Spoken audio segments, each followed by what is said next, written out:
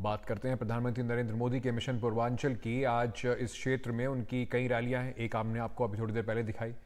आजमगढ़ और जौनपुर की रैलियों में उन्होंने विपक्ष पर जमकर हमला बोला। उन्होंने सीए और की बात की, कहा 370 खत्म करने की याद दिलाई और दावा किया कि कोई वोट बैंक की राजनीति नहीं कर पाएगा। भाई और बहनों, आखिर दुनिया को ये कल ही सीएए कानून के तहत शरणार्थियों को भारत की नागरिकता देने का काम शुरू हो गया। आज तक ये इंडी गठबंधन वाले कहते हैं कि मोदी ये जो सीएए लाया है ना, जिस दिन मोदी जाएगा ये सीएए भी जाएगा। भाइयों बहनों, क्या इस देश में अब कोई माई का लाल पैदा हुआ है जो सीएए को खत्म कर सके? मेरे सहयोगी रणवीर इस वक्त हमारे साथ जुड़ रहे हैं। रणवीर, 5वें चरण के चुनाव से पहले प्रधानमंत्री नरेंद्र मोदी का एक बार फिर से उत्तर प्रदेश में ताबड़तोड़ रैलियों का सिलसिला।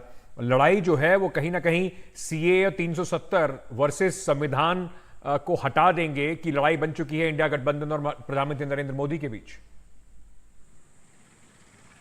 देखिए, प्रधानमंत्री अब मिशन पूर्वांचल पर पहुंचे हैं और राजनीति में मुद्दे जिस तरह से बनाए जाते हैं वो सब कुछ अब देखने को मिल रहा है। एक नैरेटिव सेट किया गया कि अब की बार 400 पार। वो नैरेटिव जब विपक्ष के पास आया तो विपक्ष ने कहा 400 पार इसलिए कि साहब संविधान बदलना है। अब इसी वजह से प्रधानमंत्री नरेंद्र मोदी लोगों के नब्ज जानते हैं कि सीएए को लेकर के किस तरह का संदेश, क्योंकि भारतीय जनता पार्टी की जो राजनीति का तरीका है उसमें सीएए एक ऐसा मुद्दा है जिससे वो अपने वोटर को केटर कर सकते हैं।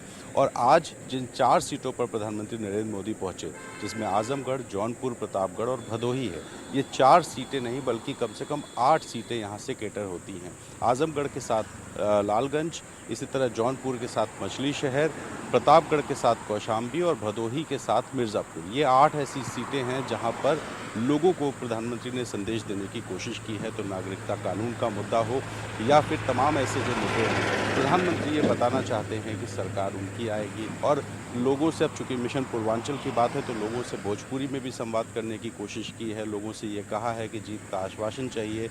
और प्रधानमंत्री ने ये भी कहा कि जो इंडिया अलायंस है उनके दावे गलत हैं। तो इंडिया अलायंस यानी कि समाजवादी पार्टी और कांग्रेस ने जिस तरह से एक नैरेटिव सेट करने की इस बार कोशिश की है कि सरकार उनकी आ रही है या संविधान बदलने की कोशिश है, इस नैरेटिव को झुटलाने के लिए और बीजेपी का जो एजेंडा है वो लोगों तक पहुंचाने की पूरी कोशिश प्रधानमंत्री ने की है। और ये जो दौरा है, एक दिन में 4 रैली इस गर्मी में, ये करना आसान नहीं है। लेकिन जिस तरह से पूर्वांचल में 2019 में बीजेपी जौनपुर, लालगंज, आजमगढ़, इसी तरह से घोसी, ये सारी जो सीटें हारी थी, उन सीटों पे फिर से इस बार हार का दोहराव ना हो, इसके लिए प्रधानमंत्री ने पूर्वांचल के दौरा शुरू किया है। अभी आज 4 रैली आज हुई है, फिर कल भी रैलियां होंगी और आने वाले जो चरण बचे हुए हैं 3, उनके लिए प्रधानमंत्री लगातार कोशिश करेंगे कि पूर्वांचल के लोगों को ये संदेश दें। क्योंकि पूर्वांचल एक ऐसा इलाका है उत्तर प्रदेश का जिस इलाके में आबादी ज़्यादा है और जातियों का एक ऐसा जाल है जिसको कह लीजिए कि जातियां हैं, बहुत सारी जातियां हैं, छोटी छोटी जातियां हैं। और इसी वजह से बीजेपी के यूपी में जो 4 सहयोगी हैं